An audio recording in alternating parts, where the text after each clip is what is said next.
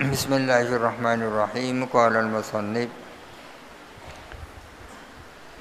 Abu Hamid Hujjatul Islam Al-Ghazali rahimahullahu ta'ala. Wa nafa'ana bihi wa amaddana bi asrarihi wa afadha alaina min barakatihi wa anwarihi wa ulumihi wa nafahatihi fid daraini amin. Bismillahirrahmanirrahim. Wan nadhrus tsani, adapun kajian yang kedua, ada dua kajian ya, tentang adanya larangan. Larangan tidak kembali kepada zatnya sesuatu yang dilarang, akan tetapi kembali kepada sifatnya ya. Salat itu zat. Salat di sini itu sifat, di sininya itu sifat.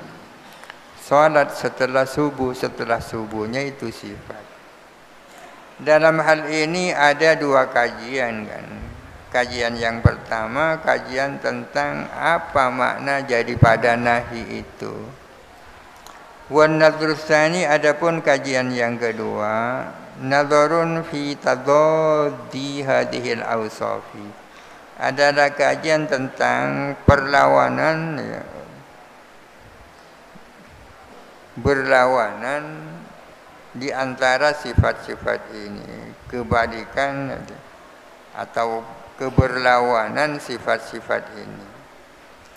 Wa ma yuqalu jitima'uhu wa ma la yuqalu, dan kajian tentang sesuatu yuqalu yang masuk akal, ijtima'uhu apa berkumpulnya amma, wa ma la yuqalu dan sesuatu yang tidak masuk akal apa berkumpulnya. Iza waqa'a, bila mana terjadi, at-tasrihu apa penegasan, bihi dengan tadad, dengan kebalikan itu, ada penegasan minal qailih dari orang yang berkata. Wa huwa, adapun nazar,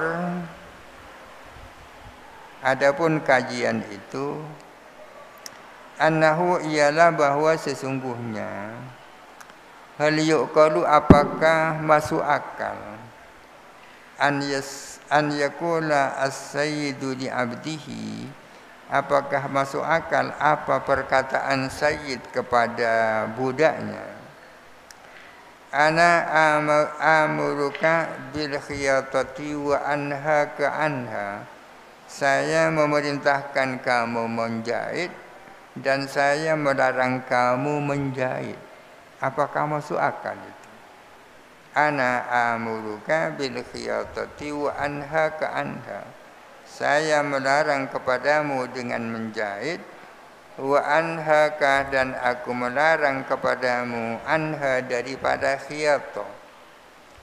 Wala syakka, dan tidak ada keraguan, annahu dan tidak ada keraguan, fi anna dzalika bahwa sesungguhnya hal itu, la yuqalu adalah tidak dapat masuk akal, minhu daripada qail, tak masuk akal kan. Saya memerintahkan kamu menjahit, saya melarang kamu menjahit, kan tak masuk akal. Fa innahu, karena sesungguhnya, fihi di dalam perkataan itu, yakunu syai'ul wahidu matluban makruhan, ada satu barang itu diperintahkan tapi dilarang. Matluban itu kan dia diminta, maksudnya diperintahkan, makruhan dilarang. Karena pernyataan seperti tadi itu berarti ada syai'un wahid matlub tapi makruh ya, diperintahkan dan dilarang. Maka itu tak masuk akal. Tapi wa yuqalu, dan masuk akal, minhu dari sayyid, an yakula berkata siapa sayyid, ana atlubu minkal khiyatata wa akrahu dukhula hadhihi dara wal kauna fiha. saya meminta kepadamu melakukan penjahitan. Maksudnya saya minta kamu menjahit. Wa akrahu, dan saya melarang dukhul hadhihi dari memasuki rumah ini, wal kauna fiha, dan berada di dalam hadhihi dar. Saya minta kamu menjahit. Saya melarang kamu masuk rumah ini. Kan masuk akal itu. Wala yata'arradu fin nahyi lil khiyatati, dan dia Sayyid tidak menyinggung-nyinggung di dalam larangan, tidak menyinggung-nyinggung tentang menjahit.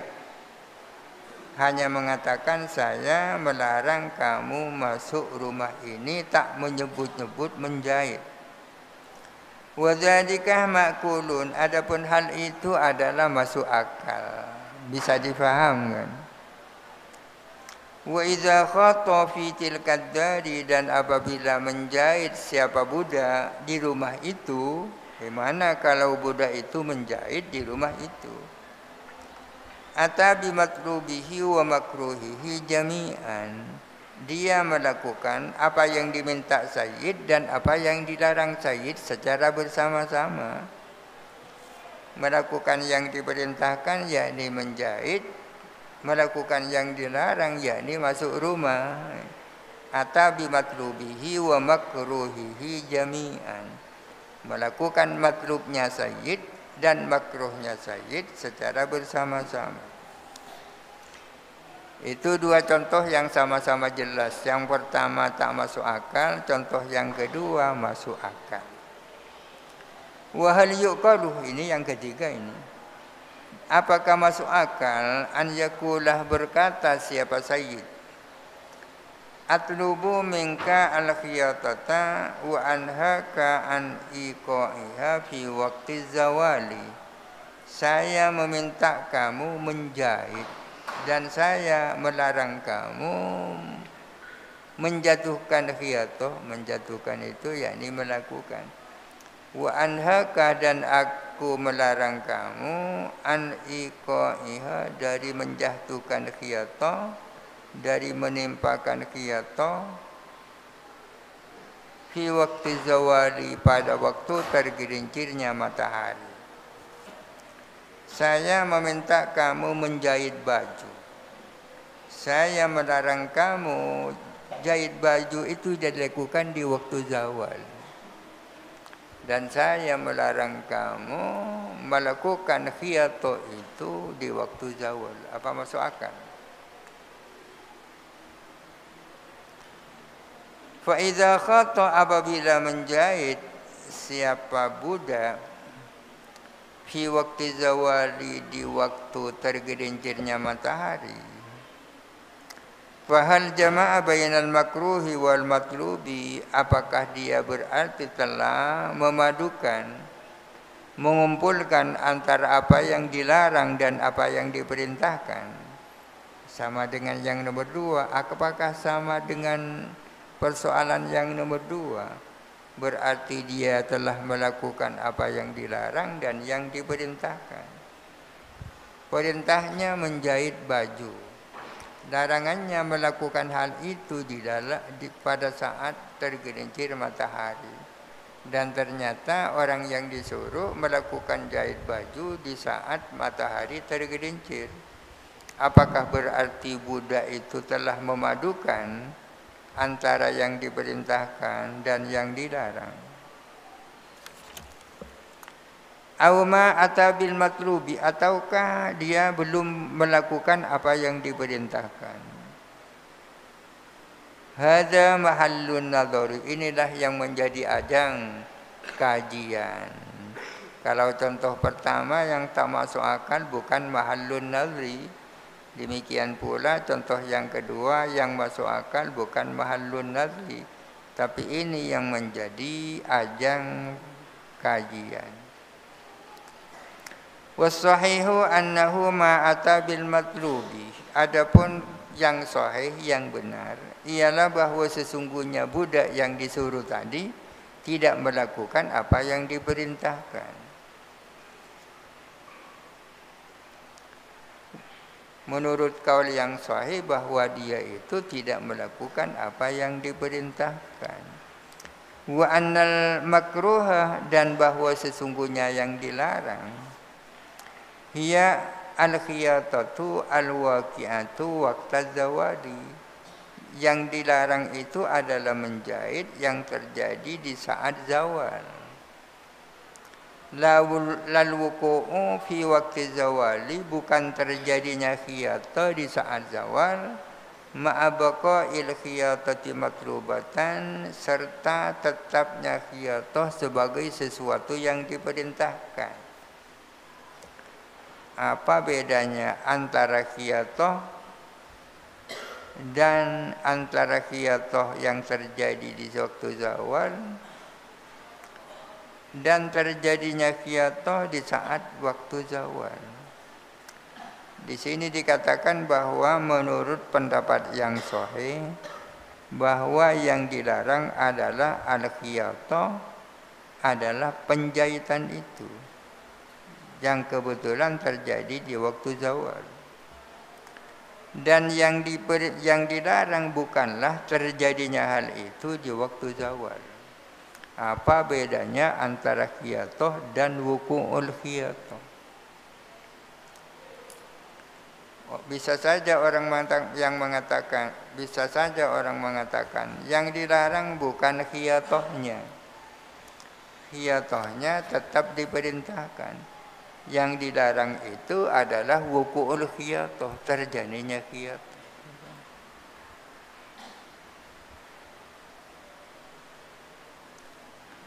Menurut yang sahih, katanya Ki Musannif, bahwa yang dilarang adalah khiyatah itu, bukanlah melakukan khiyatah di saat itu.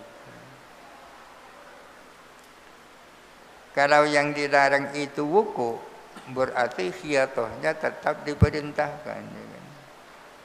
Idz laisa al-wuqu'u fil waqti syai'an munfasilan 'anil waqi'i.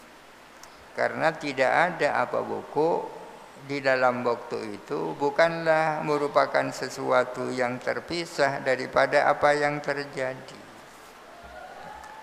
Ini filsafatnya, filsafat. Jadi dibedakan antara khiyatah dan wuqu'ul khiyatah. Yang dilarang itu apa khiyatahnya? Apakah al-wuku' itu?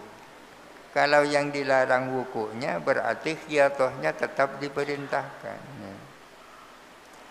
Menurut Ki Musannif, yang dilarang itu khiyatahnya, bukan wuku'ul khiyatah. Karena wuku' pada suatu waktu tidak bisa dipisahkan daripada apa yang terjadi.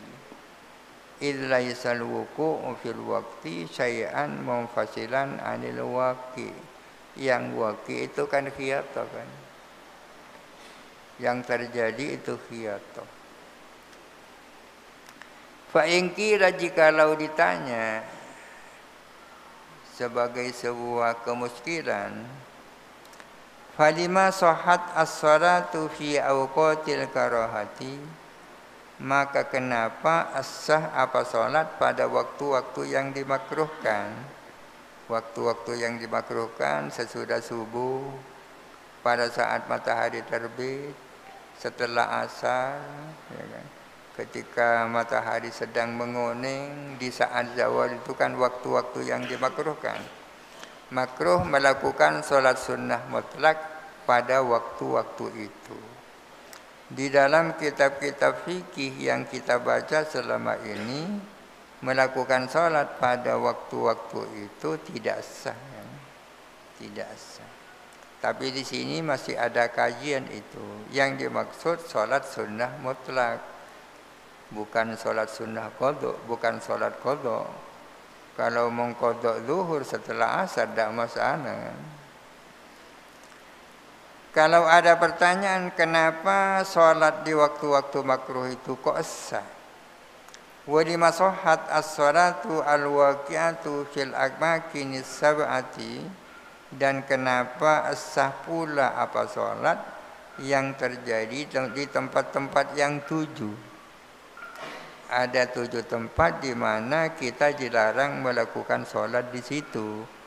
Pertanyaannya, kenapa kok sah sholat yang terjadi di tempat-tempat yang 7 itu?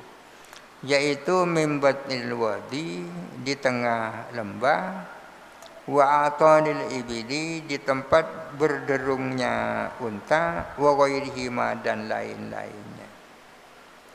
Wa mal farqu bainaha wa bainan nahyi an shaumi yaumin nahri, wa mal farqu, apa perbedaan, bainaha, antara salat fi awqatil karaha dan salat fil amakinis sab'a, wa bainan nahyi an shaumi yaumin nahri, dan antara larangan puasa pada hari telasan, hari raya Idul Adha. Kalau puasa pada hari raya Idul Adha itu kan memang dilarang. Dan kalau puasa itu dilakukan, puasanya tidak sah. Apa bedanya dengan sholat pada waktu-waktu yang dimakruhkan dan sholat di tempat-tempat yang dimakruhkan?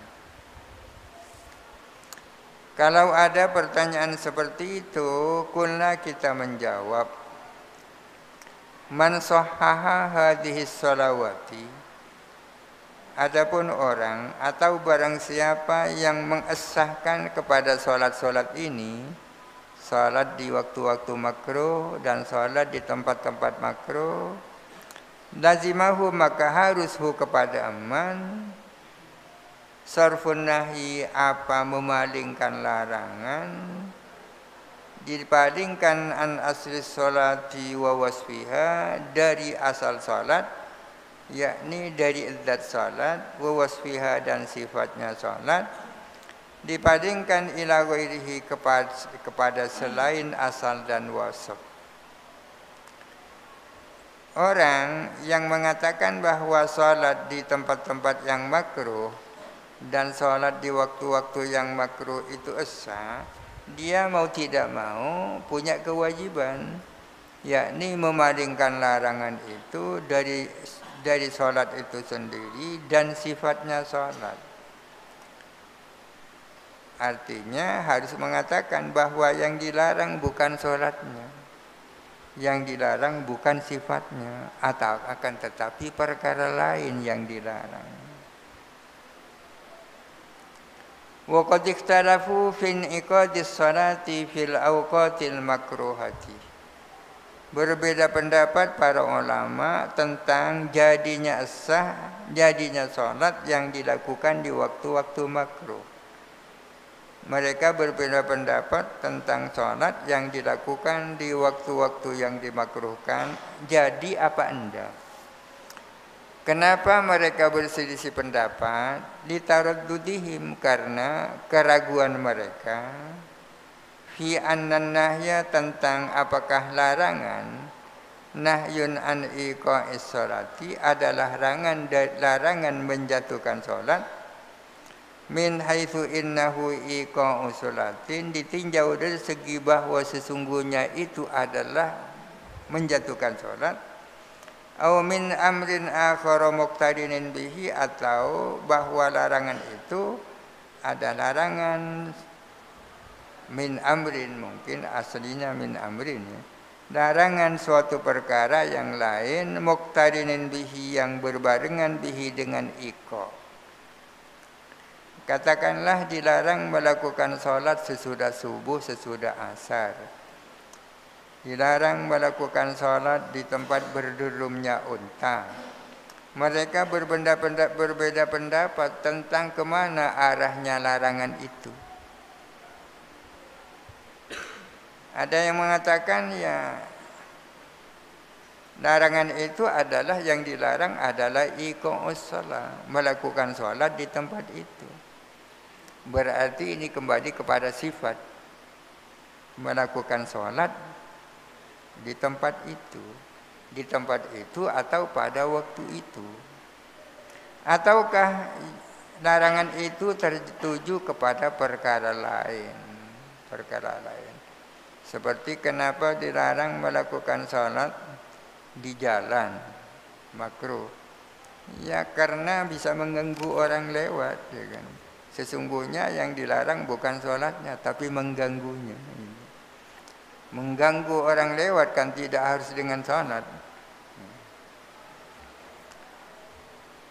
Pertanyaannya tadi, apa bedanya dengan puasa pada hari raya yang jelas-jelas diharam, dikatakan tak jadi. Wa amma saumu yaumin nahri, adapun puasa hari raya Idul Adha, faqata'a as-Syafi'i rahimahullahu, maka memastikan siapa Imam Syafi'i, memastikan batalnya puasa hari nahr. Kok dipastikan itu batal? Apa alasannya? Li'annahu lam yadhhar, karena sesungguhnya tidak tampak. Tak tampak insirafun nahyi, apa berpalingnya larangan, an ainihi, dari zatnya saum, wa wasfihi, dan sifatnya saum. Kenapa dipastikan batal puasa pada hari nahr? Karena tidak tampak. Untuk mengembalikan larangan, ya, memalingkan larangan dari puasa itu sendiri dan dari sifatnya puasa itu sendiri. Kok sulit nampaknya memalingkan larangan dari puasa itu sendiri dan dari sifatnya puasa itu sendiri.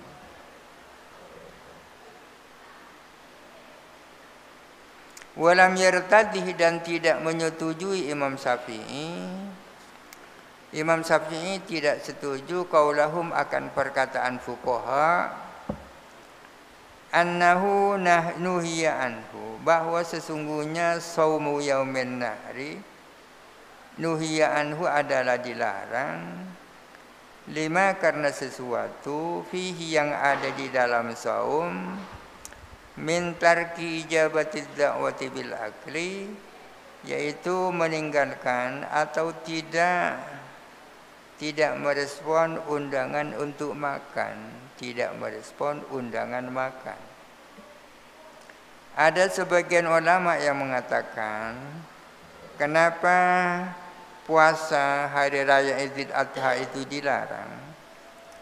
Dilarang karena puasa itu mengabaikan terhadap undangan makan. Yang dimaksud undangan makan, ya makan daging kurban itu. Allah Ta'ala menjamu kaum muslimin untuk makan daging kurban pada saat itu. Kalau orang berpuasa, berarti kan tidak makan, berarti berpaling dari jamuan Allah. Ada yang berpendapat seperti itu. Berarti sesungguhnya yang dilarang bukan puasanya, bukan sifatnya, akan tetapi hal lain. Apa yang dimaksud hal lain? Yaitu tidak merespon jamuan Allah. Fa innal akla diddus shaumi, karena makan itu kebalikannya puasa. Alasannya, fa kaifa yuqulu lahu, bagaimana bisa dikatakan kepadanya kul, makanlah. Kalau dikatakan makan kebalikannya saum, berarti kul artinya ay ajib ad-da'wata, responlah undangan itu untuk makan. Wala ta'kul, maksudnya aisum, berpuasalah kamu. Kalau jangan makan. Kalau dikatakan makan itu kebalikannya saum, kalau makan kebalikannya saum, berarti kalau orang mengatakan kul, berarti datangilah undangan itu. Kalau dikatakan kamu jangan makan, kan berarti berpuasalah kamu. Wal ana tafsilun wallahu a'lam. Al-Fatihah. Alhamdulillah, bismillah. Alhamdulillah, iyyaka na'budu wa iyyaka nasta'in. Ihdinas siratal